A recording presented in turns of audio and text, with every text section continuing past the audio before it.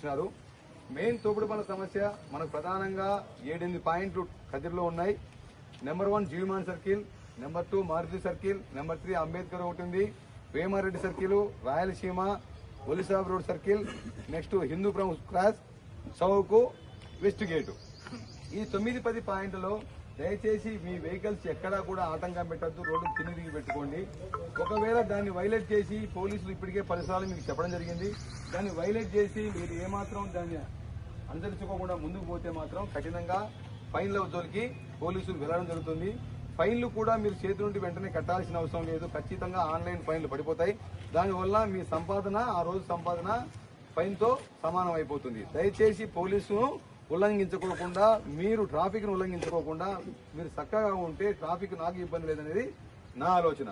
తోపుడు బండ్లకు సంబంధించి వచ్చేసి టౌన్ లో ఎక్కువ ఉన్న తోపుడు బండ్లు అన్నిత్యం తలా రోజు పోలీసులు చూసినప్పుడు ఒక రకంగా, పోలీసులు చూడనప్పుడు ఒక రకంగా కాకోకుండా రోడ్డుకు అడ్డం లేకుండా మున్సిపాలిటీ వాళ్ళు ఎక్కడైతే పెట్టినారో అదే ప్లేస్ లో పెట్టుకుంటే నాకు ఇబ్బంది కలిగించిన వాళ్ళు అవుతారు, పబ్లిక్ కూడా ఇబ్బంది కలగదు. అలా కాకోకుండా మీరు పదే అడ్డం కలిగితే దానికి సంబంధించి తప్పకుండా చర్యలు అయితే ఉంటాయి. మరి ఏం చేస్తారు సార్ మీరంటే, ఆల్రెడీ టౌన్ న్యూసెన్స్ యాక్ట్ కింద వాళ్ళ మీద కేసులు రిజిస్టర్ చేయడం జరుగుతుంది. ఒక్కొక్కసారి మినిమం 300 నుండి 1000 రూపాయలు. మరి ఎలా పట్టుకుంటారు సార్ అంటే, క్లియర్ కట్ గా మీరు వైలేషన్ చేసినప్పుడు ఫోటో తీసుకుంటాం, అక్కడే ఫైన్, అక్కడే స్పాట్ లోనే బుక్ రాసి కేసు రాసి చేతిలో పెట్టేస్తాం కాగితాలు.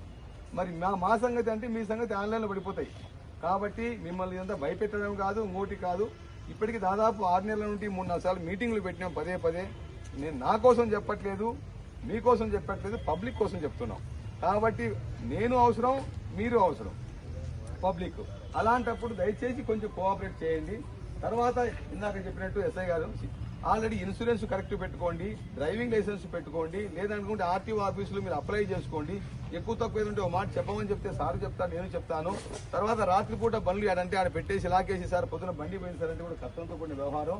సీసీ కెమెరాలు ఉంటే పద్ధతి, లేకపోతే పట్టుకోవడం కష్టం అవుతుంది. కాబట్టి మీ బండి మీకు అన్నం పెట్టేది అదే కాబట్టి కొంచెం జాగ్రత్తగా